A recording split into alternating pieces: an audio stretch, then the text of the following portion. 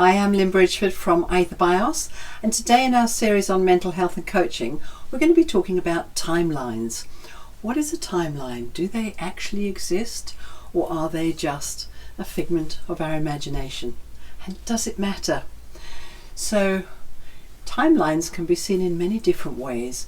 Basically, we all have a past, a present, and a future.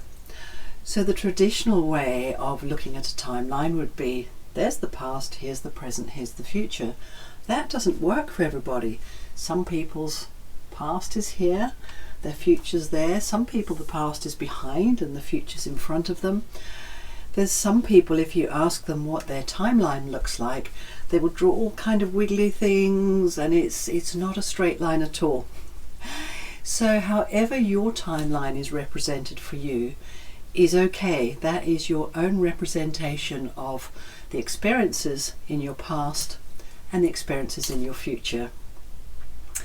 So in terms of working with timelines, why would we want to work with a timeline?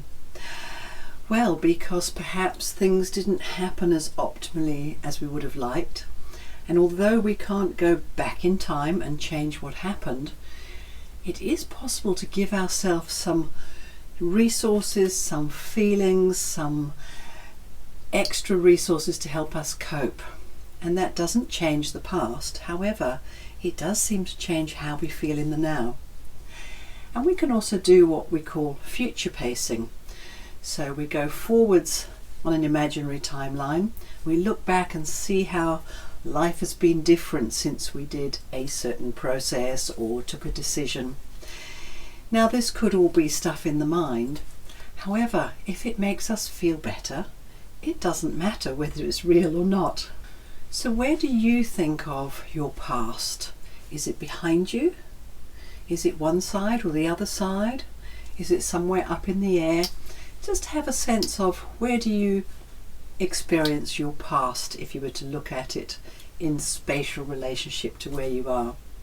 The present is where we are now. And where do you have a sense of your future? Is it ahead? Is it to the side? Is it the other side? Or are you one of these creative type people who has a wiggly, in and out, complicated looking timeline, which may not be complicated for you? However, in working with timelines, it is useful to have them linear so we can represent them in an easier form.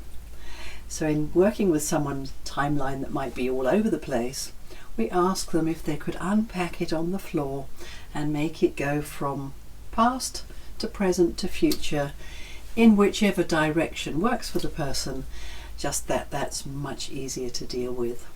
So if we go on an imaginary journey and imagine that with some guidance you can step onto your timeline and step back through your life and find the places that you wish you could have known more, seen more, done more, had more support, more help, given yourself more resources. So how would it be if you could go and have a little chat with that past you and give yourself the resources that you wish you could have had? Now, we're not going to change what happened then, however, it does seem to make a difference to how we feel about life and about things now. And how we are now and in the future is what we can do something about.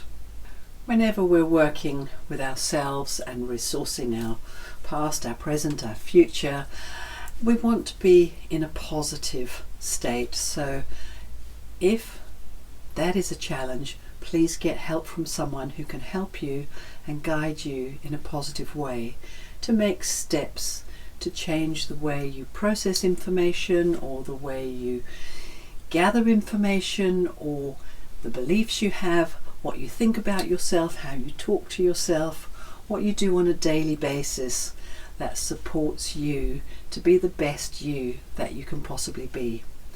And wouldn't it be great if we could get on our timeline, take a few steps into the future, turn around and look back and go, that went great. I made that change. I made that different decision. I learned that skill. I stopped that habit. I made a choice and I made a difference to give myself a more positive future.